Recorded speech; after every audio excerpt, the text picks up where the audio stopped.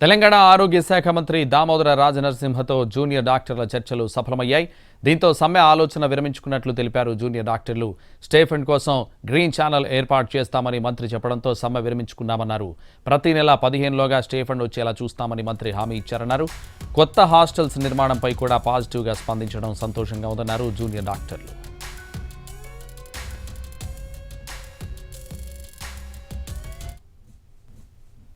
లేదా 2-3 నెలలకు ఒకసారి రావడం వల్ల మాకు చాలా ఇబ్బందులు కలగడం వల్ల మా ఫ్యామిలీస్కి ఇబ్బందులు కలగడం వల్ల మేము సమ్మెకి దిగాలనుకున్నాము.